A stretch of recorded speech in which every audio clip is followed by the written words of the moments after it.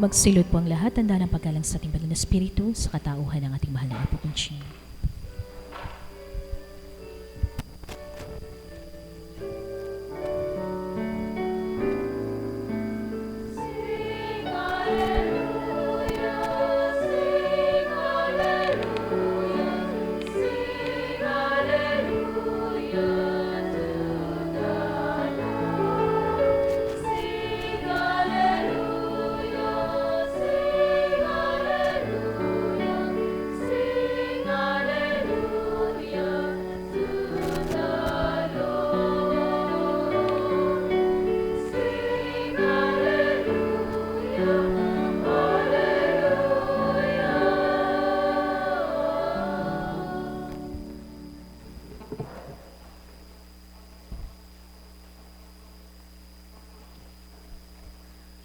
Sumainyo ang kapayapaan.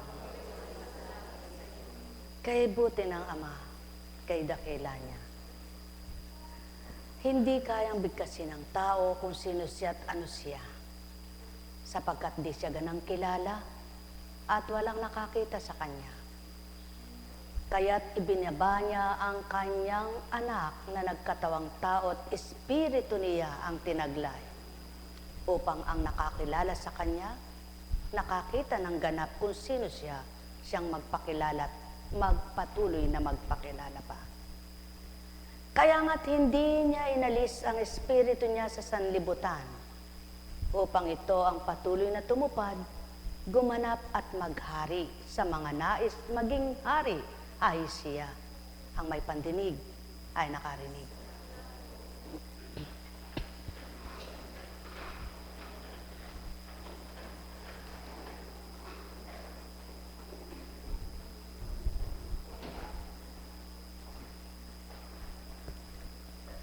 Sadyang ang walang nakakita sa Ama, walang nakakakilala, maliban ang mga nagpakilala na nakilala siya, yung mga ginamit niya, kung paano siya ay isang butihing Ama, isang butihing Diyos ng katotohanan na mula sa simula, iyauna ang taglay niya at di na mapapara magpakailanman sa lupa. Sila ang ginamit na nagpapatotoo kung ano siya at sino siya. Sila ang nagsusumigaw at nangungusap. Katauhan nila ang ginamit, ngunit Espiritu niya ang naghahayag. Kaya't maliwanag ang patotoo, tao wala kang alam, ngunit Espiritu niya ay mayroon. Kaya't ang Espiritu ng Amang naghahayag kung sino siya at ano siya. At ang Espiritu niya ay di kasama ng sanlibutan sa kamalian, sa kasamaan, sa di tama at marapat, kundi ang Espiritu niya ang taglay ay kabanalan, kabutihan, at liwanag. Kaya't ang sino mang sa Kanya'y kikilala, tatanggap, at makikiisa, anong hindi kaya para sa kanila. Kaya nga't ang lahat ay halina, ang may pangunawa ay higit pang makakaunawa, at ang walay magkakaroon ng unawa kung tuwirang tatanggapin ang di nakikita sa lupa.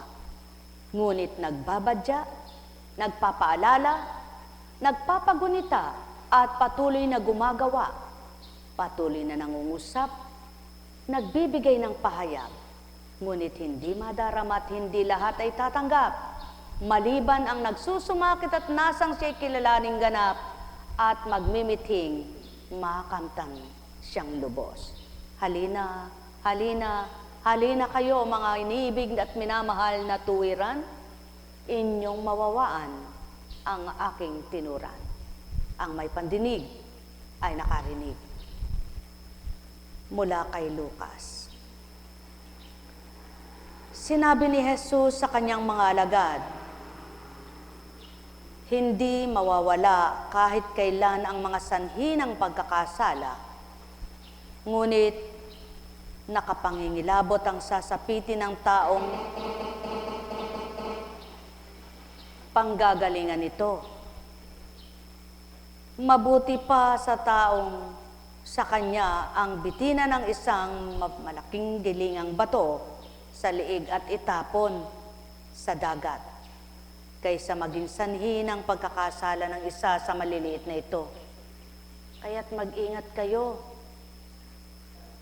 Kung magkasala ang kapatid mo, pagsabihan mo, at kung siya'y magsisi, patawarin mo. Kung makapito siyang magkasala sa iyo sa maghapon, at makapito ring lumapit sa iyo, at magsabing, nagsisisi ako, patawarin mo. Sinabi ng mga apostol sa Panginoon, dagdagan po ninyo ang aming pananalig sa Diyos. Tumugon ang Panginoon, kung maging kasilaki man lamang ng butil ng mustasa ang inyong pananalig sa Diyos, masasabi ninyo sa puno ng sikomorong ito, mabunot ka at matanim sa dagat, at tatalima ito sa inyo. Ipalagay natin kayo'y may aliping mag-aararo o nagpapastol kaya ng tupa. Pagkagaling niya sa bukid, sasabihin ba ninyo sa kanya, halika at nang makakain ka na? Hindi. Sa halip ay ganito ang sinasabi ninyo, ipaghanda mo ako ng hapunan, magbihis ka, at silbihan mo ako habang ako'y kumakain. Kumain ka pagkakain ko. Pinasasalamatan ba ang alipin dahil sa ginawa niya ang iniutos sa kanya? Gayon din naman kayo.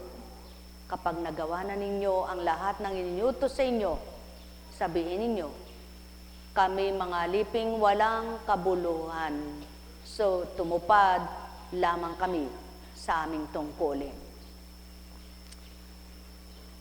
Mga minamahal, ang mata ay ginagamit para pantitig. Ang tenga ay ginagamit para makarinig. Ang bibig ay gagamitin para makapangusap, makapagsalita at daluyan ng